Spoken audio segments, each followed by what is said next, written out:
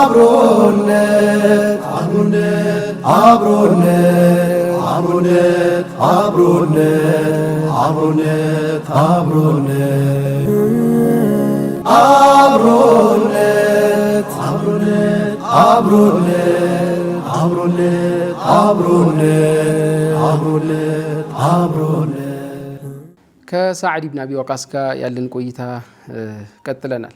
ሰዓድ ኢብኑ አቢ ወቃስ ምን ያማረ ወጣትነት፣ አላህን ሱብሓነሁ ወተዓላ የሚያገኝበት ድረስ የተቃና ማንነት፣ አላህን ለማግኘት የተቃና ማንነት በጣም ወሳኝ ከሆኑ ነገሮች መካከል ስለሆነ የተቃና ስነ ምግባር ከረሱል ዓለይሂ ሰላም ጋር የነበረውን መዋቂፎች አንዳንድ ፖይንቶች አንስተናል። ከዕለታት አንድ ቀን ረሱሉ ዓለይሂ ሰላም ከታላላቅ ዱዓዎች መካከል ብለው ተናገሩ።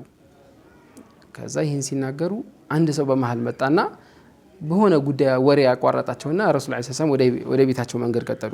ሰዓድ ኢብኑ አቢ ወቃስ ይህንን ንግግራቸውን መጨረሻውን መስማት ፈልገዋልና ተከተላቸው እስከ ቤታቸው አካባቢ ሲደርሱ ከኋላቸው እንዳለ ለማሳወቅ የእግር ምታሰማ።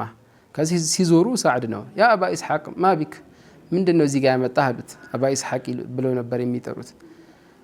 ያ ረሱላላህ ቅድም እኮ አንድ ንግግር ሲናገሩ ሰምቼ ይጨርሱልኝ። ዱዓ ከታላላቅ ዱዓዎች መካከል የዘኑን ወይም ደግሞ የዩኑስ ላኢላሃ ኢላ አንተ ሱብሓነከ ኢኒ ኩንቱ ሚነ ዛሊሚን የሚለው ዱዓ ነው ይገኝበታል። ይህንን ዱዓ ያደረገ ሰው ሙስተጃበ ዳዕዋ ነው ብለው ረሱል ዓለይሂ ሰላም ተናገሩ። ይህን ጊዜ ሰዓድ ያ ረሱላላህ ዱዓ አድርጉልኝ፣ አላህ የኔንም ዱዓ ሙስተጃብ እንዲያደርግልኝ ብሎ ጠየቃቸው።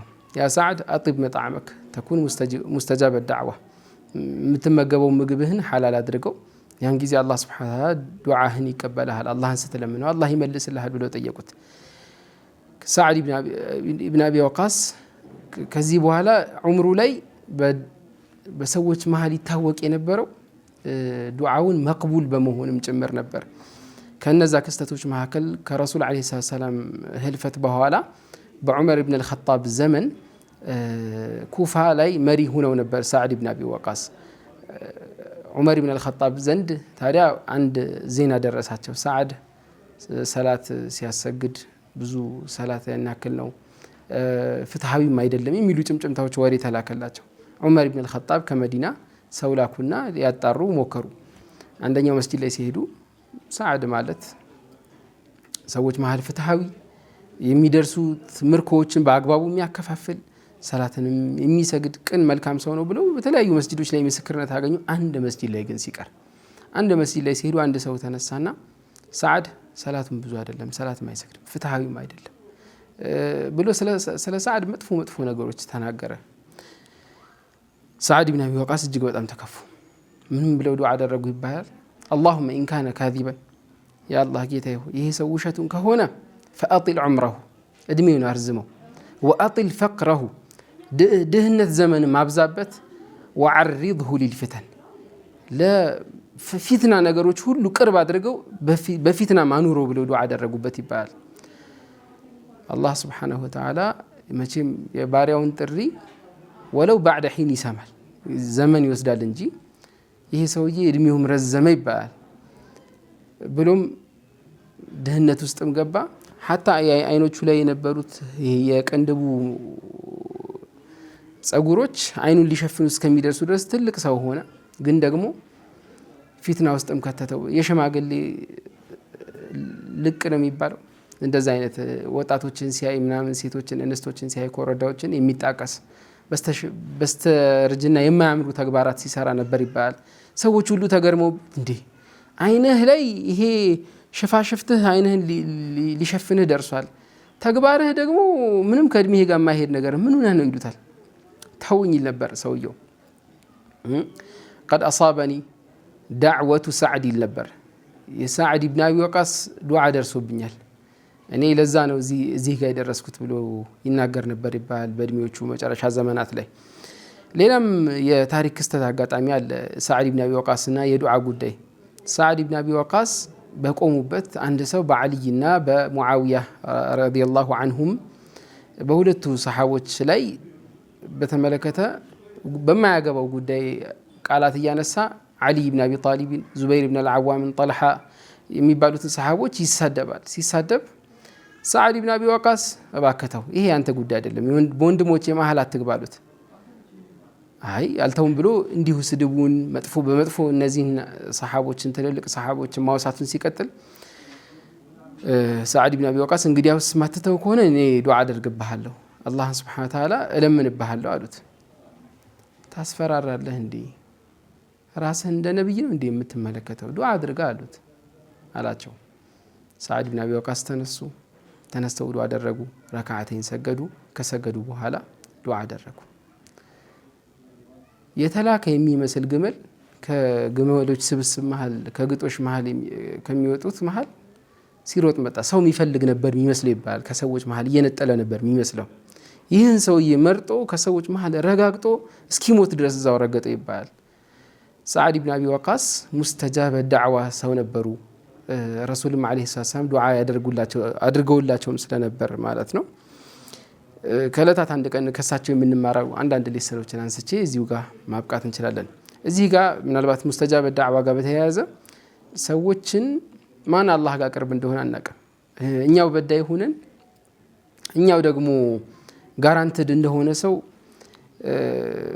አላህ ምንም እንደማያደርገን የተማመንን ይመስል ዱዓ አድርጋ ምን ችግር አለው? የተበደለ ሰው ላይ ብዙ ጊዜ ሰዎች መበደላቸው አላንስ ብሎ አላህን ለምንብሃለው ሲሏቸው ያለ መፍራት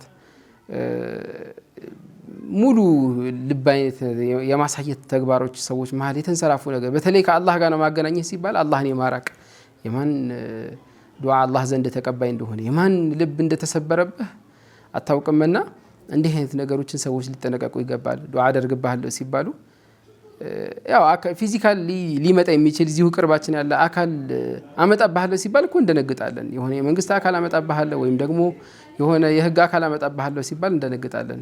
ፈማ ባሉኩም ቢላህ አላህን ዱዓ አደርግብሃለሁ ሲባል ከማንም በላይ አቅደር ነው አላህ ሱብሓነሁ ወተዓላ እና እንዲህ አይነት ነገሮችን ልንጠነቀቅ እንደሚገባም እግረ መንገድ ትምህርትን ይሰጠናል። ከዕለታት አንድ ቀን ሙስዓብ ይመስለኛል ልጃቸው እስኪ ምክር ምከረኝ ሲላቸው ምን ብለው መከሩት? ኢዛ ጠለብት ልጊና ፈጥሉብሁ ቢልቀናዓ አሉት። መብቃቃትን ከፈለክ ሀብትን ከፈለክ በመብቃቃት ውስጥ ሀብትን ፈልገው። ፈኢነሃ ማሉን ላ የንፈድ የማይጠፋ ገንዘብ ብሎ ማለት መብቃቃት ነው። ገንዘብን ከሆነ ሀብትን ከሆነ የምትፈልገው የማይጠፋው መብቃቃት ነው። ሰው ከተብቃቃ ትልቁ ሀብቱ ያ ይሆነለታል። ወእያከ ወጠምዕ ስስት፣ በጣም ጉጉት፣ አንድን ነገር አለቅጥ መሻት ፈኢነሁ ፈቅሩን ሓድር ፊት ለፊት የሚቀመጥብህ እድሜ ዘመንህም የማይለቅህ ድህነት ማለት እሱ ነው።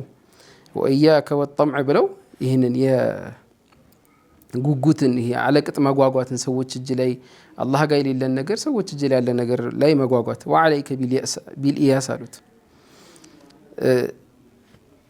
አደራህን እንግዲህ ተስፋ በመቁረጥ አደራህ አሉት። ተስፋ በመቁረጥ ሳብራራው ነው የምንግባባው። ፈኢነከ ለም ተይአስ ሚን ሸይኢን ቀጡ ኢላ አን አግናከ አላሁ አንሁ። ሰዎች እጅ ላይ ካለ ነገር ተስፋ ቁረጥ።